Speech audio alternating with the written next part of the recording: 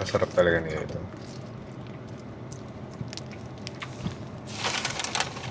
Camera news. Pinaka-relevant dito is yung FX2. Sony FX2. Which is, ako kung may natuwa bang wala akong nakitang masyadong hype eh. Parang wala akong nakitang na hype. Pero ang by paper daw, para daw siyang A7 IV na FX3. Pero mas maraming tech sa FX3. Yung form factor niya pang FX3, cinema camera. Pero yung internals niya more on A7 IV. Sensor, A7 IV. So parang mid-range na F na cinema line. Pero ang ganda daw ng okay daw yung photo capabilities niya. Oo. Meron din siyang feature na parang yung LUT shooting. So, magagamit mo siya kung paano yung S-Log. Okay. Tapos, sa photo mode, andun siya na magagawa siya ng JPEG na kung ano itsura ng S-Log. Pero hindi mo siya malalagyan ng LUT. Sa ano mo na siya malalagyan ng LUT? Sa photo to? Photo. Sa video. Parang ang explanation doon ni, siyempre, pinaka-reference ko Gerald Anton. Galing niya eh. Parang feeling niya pang mga DOP daw to, na kunyari nag-check out ng location, shoot, gano'n. Doon daw siya ginagamit. Maganda daw eh. Maganda daw yung laman niya eh. Oo. Sabi niya eh. A7 IV, patol naman talaga A7 IV. Yun nga lang, feeling ko hindi. Ang tagal na rin kasi tagal na FX3. Kailan ba lumabas FX3? Oh, no. I have no idea.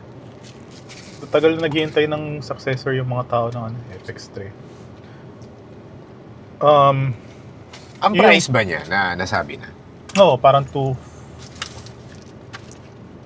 o 2.7 Kasi USD. Ano yun? Papatak 200. More than 200 yun? Parang di pa. Di pa 200 yun. Right. 180 siguro, 9. Mga ganun. Magkano ba ang FX3? 200 plus, pero bumaba na rin. Mahal rin Sony. Mahal na Sony.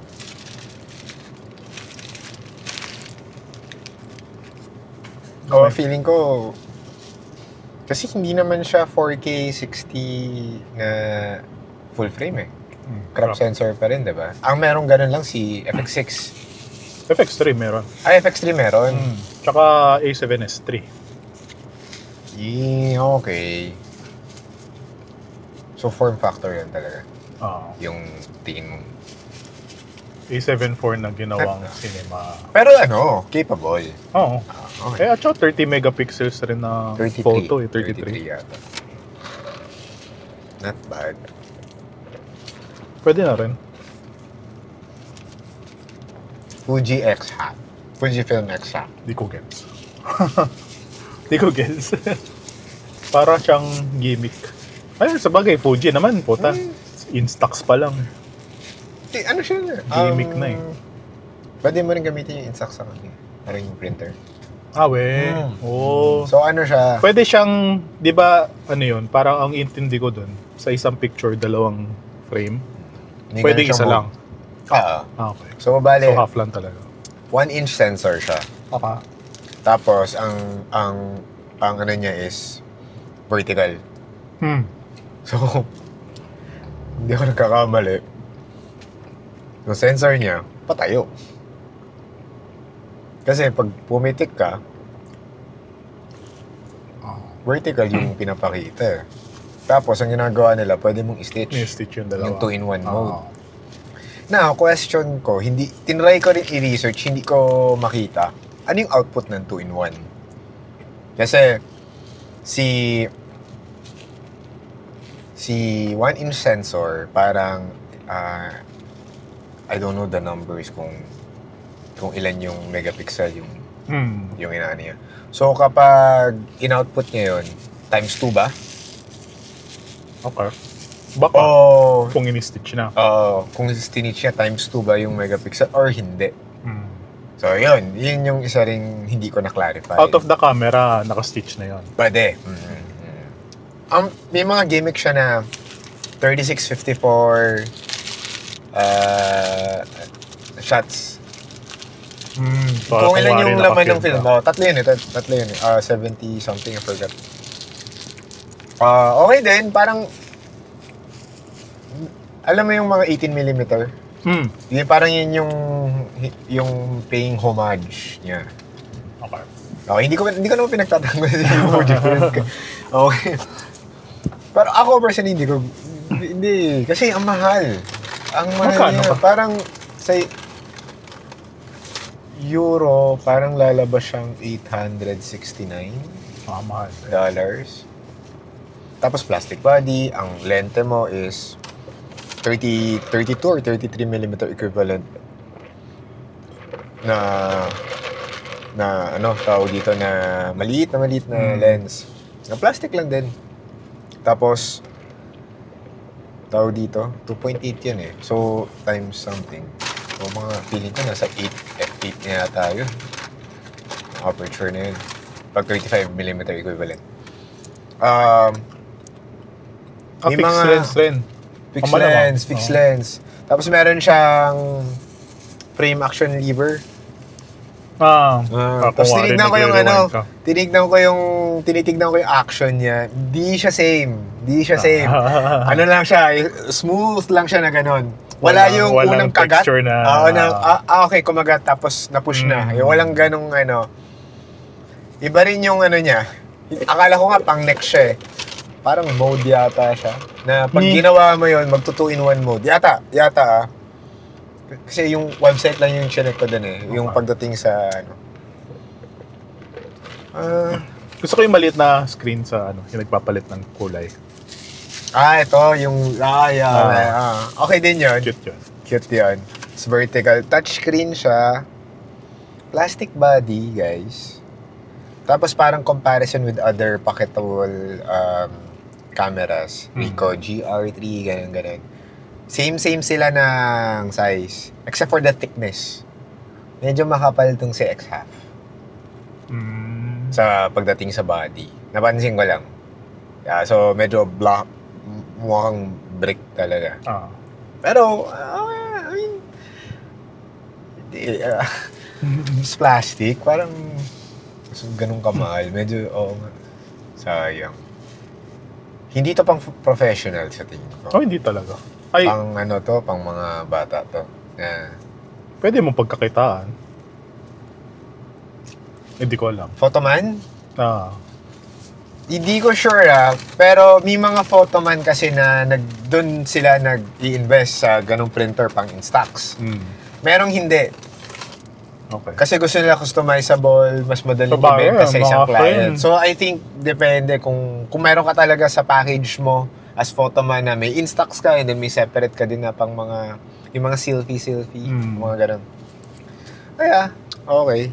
Pero hindi. Sorry, hindi. Fuji boy ako, pero...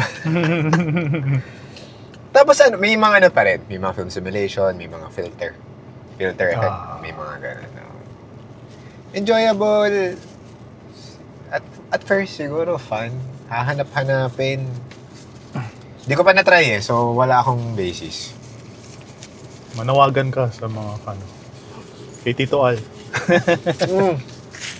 Tito Al, pahiram naman. Ano ba? Mavic 4 Pro. Mavic 4, nahawakan ko yung kay Eric. Girthy. Pero hindi niya ginamit sa sa shoot kasi wala pa daw ND. Wala pa siyang compatible na ND. Parang di sinabay ilabas ni DJI. Okay. Yung pinaka difference lang niya sa Mavic. Actually, marami rin. Pero yung 360, di ba bilog na yung niya sa dulo? Yung ulo.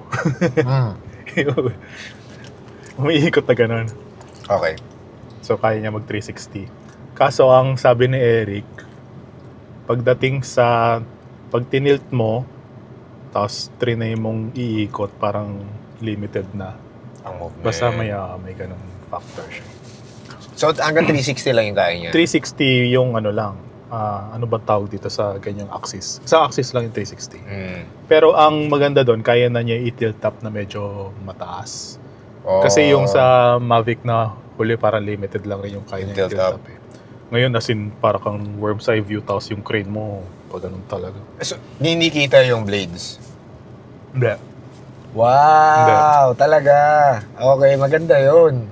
Kasi usually kita yung blades eh. Parang hindi naman na, mula nag-Mavic, parang hindi na factor yung blades. Kasi nakahiwalay na siya sa, ewan ko Kasi ang, malayo na siya sa Phantom, angle. Hindi mo, kita mo talaga. Kasi nasa ilalim yung camera mo dun eh. Ngayon parang nasa harap na ng, parang ulo talaga siya eh. May 3 siyang camera. Isang super zoom, isang medium, tsaka isa yung original na Hasselblad camera niya. Ang comment ni Eric doon, yung, si Eric ba? Basta yung nakita ko review. Parang, medyo tinaitan niya yung yung field of view nung pinaka main cam. Okay. Parang naging 28mm. Instead of 24 ata yung last. Although hindi naman ganun kalaki yung difference. Pero yung yung tight end niya 165 mm. Oh, talaga? Oo. Wow. Tapos drone. Tayo ang ganda parallax na. Kaya nga eh, diretso yung mga linya mo. Kasi sobrang layo. Sarap dun sa auto. Pwede. Wala eh. Pili ka na? Okay nang ina, 180,000. Mahal masyado sa drone. Kung hindi naman yun yung main mo, okay ka na sa Neo. Tsaka in-order na ni Eric yung market eh. Siya na magaling. Boss Eric. Tangina, natatakot ako, kumakain tayo, baka sira yung audio eh. Okay lang yan. Okay lang yan. Apa next? Camera news. Lumix. Lumix. S12. Tsaka S12E. May E? Okay. Well, medyo mas budget. As a Lumix fanboy, senpai. Mas budget. Teach me. Mas budget si Lumix 2. Ang Lumix 2 ay S12 4K 60 pataas. Full frame talaga? Uncrop na siya, full frame. Tapos uncrop. So, yun ang biggest difference niya ngayon. Tapos, hindi ko alam yung hindi ko alam meaning ng partially stacked sensor. Para mas pabilis yung burst rate niya. Para kaya niya 70 FPS, pero electronic. 7.0? 70. Tapos yung rolling shutter niya as in sobrang ganda. Wala na. Unlike yun yung pinakareklamo nila doon sa S12, S1R2. Tsaka S9. Yung rolling shutter malala. Ngayon, sobrang ganda daw ng rolling shutter. Stack sensor? Partially stack. Partially stack. Di ko alam kung anong ibig sabihin term na yun. Parang same daw siya halos ang sensor ng Z6 III. Partially ba or stock sensor ang... Alam ko stock sensor ang Z6 III. Okay. Kasi ang ganda rin ng sensor ng Z6 III. Okay. Yun, sino successor niya? S1. S1 ang pinaka... S1 medyo... yun yung first flagship na full frame ng Lumix. Flagship, hindi. Oo, flagship. Si Dre. Naka S1 yan eh. Version 1? Okay.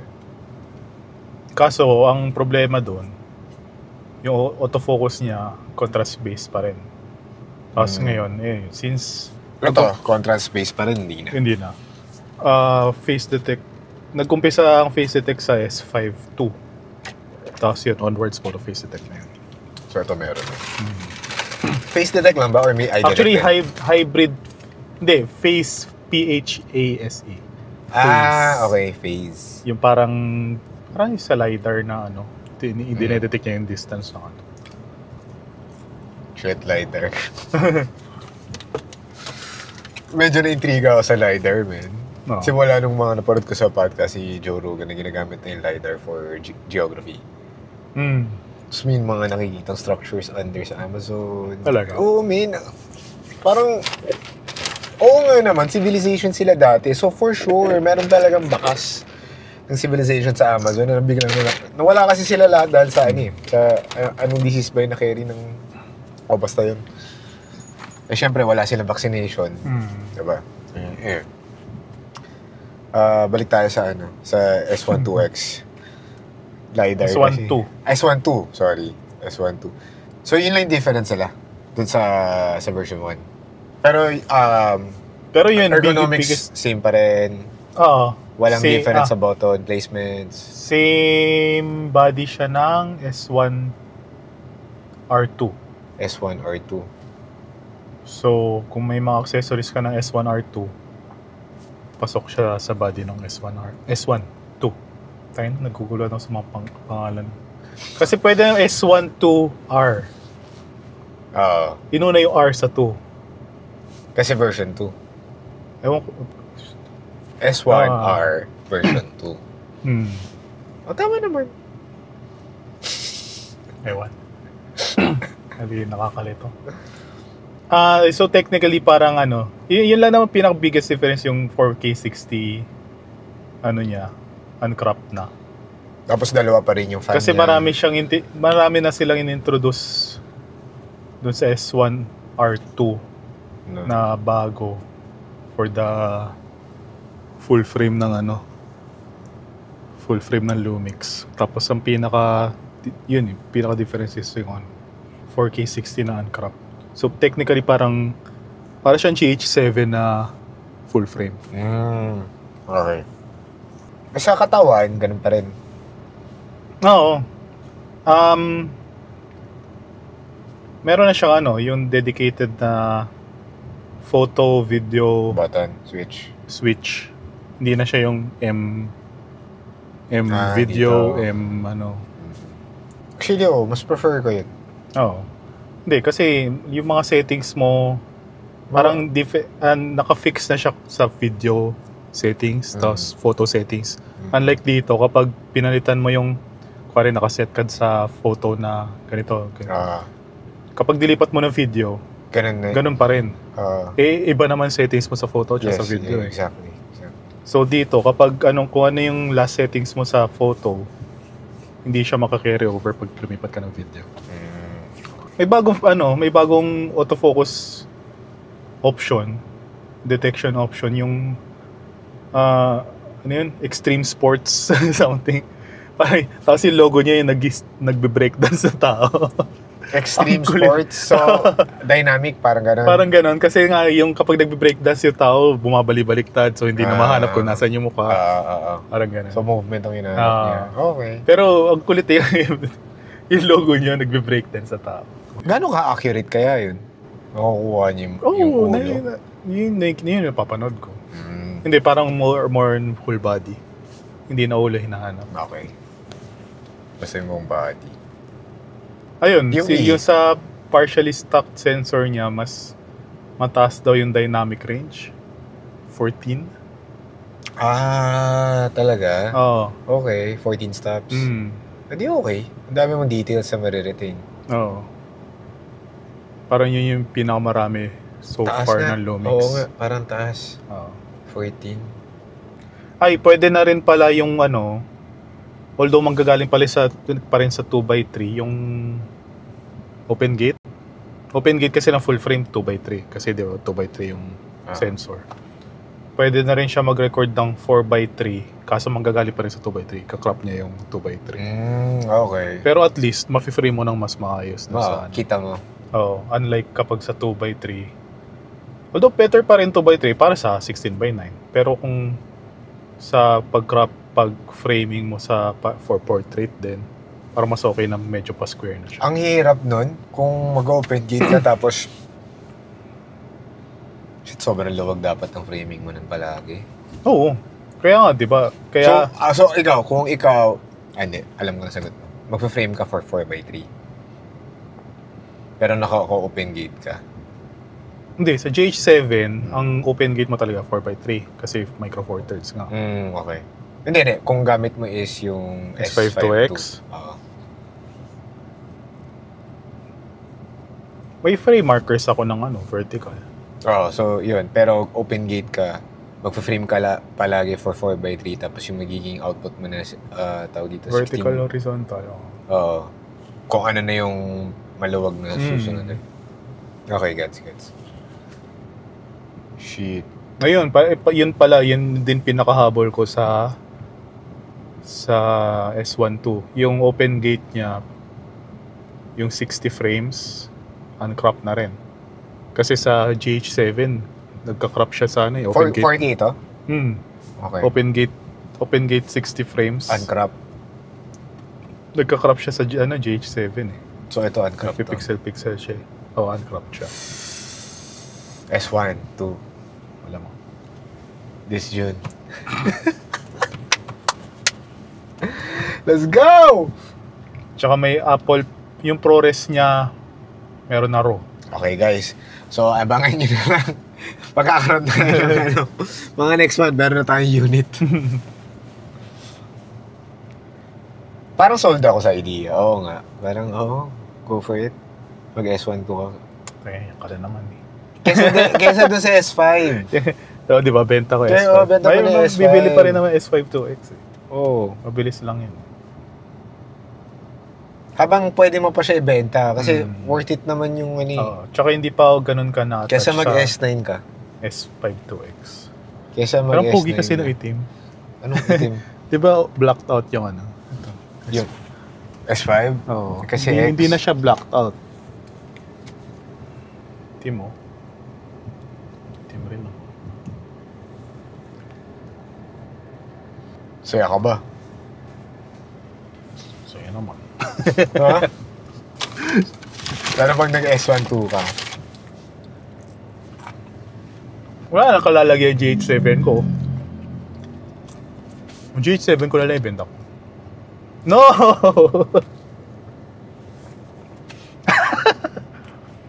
Actually. Kaso, kailangan ko pa isa pang... Benta mo na ulit. lang mga micro four thirds mo. Fucking bitch! Hindi mo ibebenta lahat ng micro four thirds mo. Kasi mag-GG8 ka eh. GX8. GX8. Diba? Bebenta mo lang yung mga hindi na magagamit. Parang wala. Lahat kasi gamit. No. Ito. Parang yan, bebenta ko. Ito. Tama ba? Okay na ako sa isang full frame. Gusto mo talaga i-keep yung micro four Actually, thirds, okay na nga dapat ako sa isang camera. Putangin na naman eh. Sino ba kasi nagsabing mag ka, full frame ka? I know, right? Ang saya, di ba? Enabler ka eh. Pero mas nagagamit mo pa rin ba yung micro four thirds? Lately. Umamin Video? ka? Oo. Hindi mo kailangan bitawan nga si micro four thirds unless meron kang dalawang full frame. Bitch.